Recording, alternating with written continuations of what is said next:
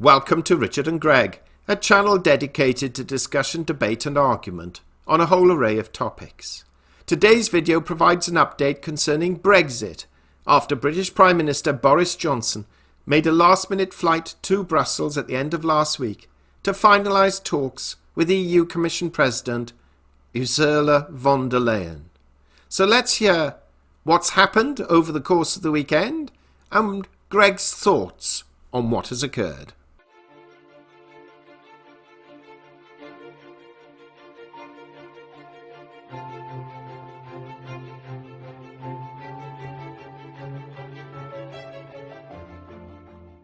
Welcome to Richard and Greg. It's Monday, 14th of December 2020 and it's 14:45 GMT. In our video published at the end of last week, we pointed out that Boris Johnson had made an emergency trip to see European Commission President Ursula von der Leyen concerning our final negotiations in readiness for our total and utter departure from the European Union on the 31st of December.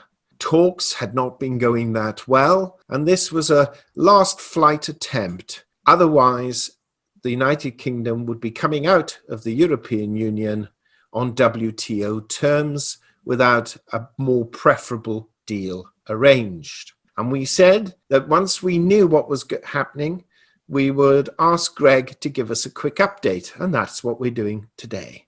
So Greg, good afternoon. What's the current situation? Good afternoon.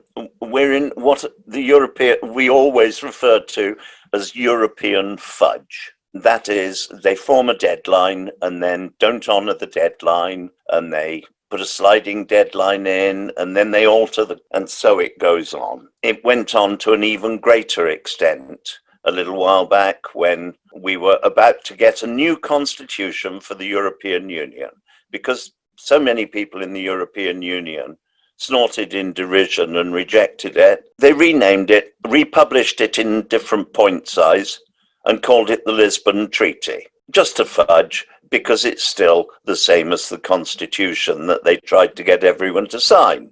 It looks like they're doing that this time. We've had the European Union ostensibly negotiating the terms on which Britain and the remains of the European Union would trade after we finally leave on the 31st of December. Effectively, we left on the 1st of January, but we're on interim rules at the moment, and we merely continued everything the same as it was until the 31st of December, by which time Europe was supposed to have negotiated a new deal with Britain. They put a negotiator in place, a chap by the name of Michel Barnier, who was the spokesman for the 27 residual countries staying in the European Union at this stage. However, we've had meetings, we've gone to and fro, we've tried all sorts of things, but Barnier just won't budge on points that we have made it abundantly clear cannot be tolerated, on the basis that if the EU believes in democracy, it has to believe in our democracy as well. The concept of democracy is that if the people vote for it, then it should happen. So Britain, being a democracy in its own right, voted to leave the European Union. It was made very clear by the voters that that meant leaving the European Union, not fudging some sort of a new design deal. We wanted out. We wanted our own sovereign independence, and we were no longer prepared to be bound by Europe's right to fish in our waters. And fishing was continuously mentioned during the period of the vote. Europe has refused to budge on this, and furthermore, the other day, Macron, on behalf of France, and we're not allowed to talk to the individual countries, but any individual country can throw a brick at us if they want to, which strikes me as a very strange form of negotiation. Macron said, and made it clear to Barnier, and made it public through the press, that France was not prepared to give up fishing in Britain's waters. Well, how would they feel if On Monday, every second week, we turned up at BMW in Germany, at Seat in Spain, at Citroën in France, at Fiat in Italy, at Volvo factory in Belgium, at DAF's factory in Holland, and took 1,000 cars without paying for them and walked away. I think they'd be a bit miffed, wouldn't they? Well, that's what they want to do with our fish. That deal won't fly. We were prepared to let them reduce their call on our fishing waters by a percentage annually over 3 or 4 years so that they could adjust their fishing. Personally, I think we should just say a plague on all your houses and walk away at this stage, because they also want to have the right to agree the terms based on what we agree today. But if Europe changes its laws at any time in the future, it wants the right to penalise Britain if we don't pass a law agreeing with them. No country can tolerate that kind of interference. Furthermore, they wanted open borders. No country can tolerate not having control of its own borders. So I personally don't think this deal is going to fly in any shape, manner or form, because Europe has no concept of negotiation. It just lays down rules and everyone must obey it. Well, that doesn't work with Britain. We are an independent country. We don't even have the same basic foundations for law.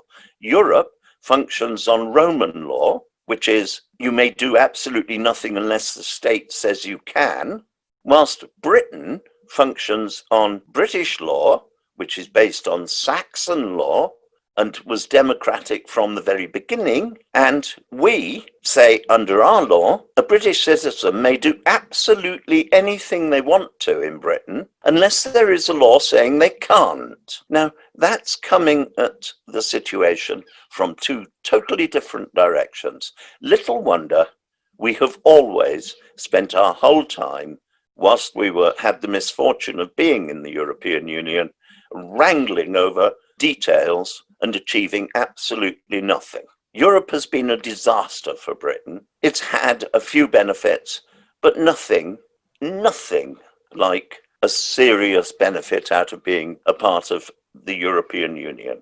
It hasn't been a union. It's been a Franco-German construct to transfer commercial, industrial wealth from Germany to France in exchange for France's agrarian wealth. And every other country must kowtow to this and agree, and basically they're only there, as far as I can work out, to subsidize what France and Germany want. The deal's over. We voted to leave. There is no merit in staying, and if Europe does not make some very dramatic changes within the next few days, on the 31st of December, Britain will leave on World Trade Organization grounds. At the moment, Europe trades with a free trade or approaching free trade agreement between the 27 countries in Europe and about half a dozen other countries. That still leaves 180 countries to deal with. We'll deal with them. Thank you very much. If need be, we will part company totally with Europe. Europe exports a great deal more to Britain than Britain does to Europe. Right, Greg, totally agree with what you've had to say. And while we've been sort of chatting, the BBC have published that the European Commission President, Mrs. von der Leyen, has said that there has been movement in the talks. Negotiators have not exhausted all options. She said that the issue of the level playing field was the one and only important question if the UK should continue to have access to the EU's single market. And she added, they have either to play by our rules, because this is a matter of fairness for our companies, or the other choice is there is a price on it.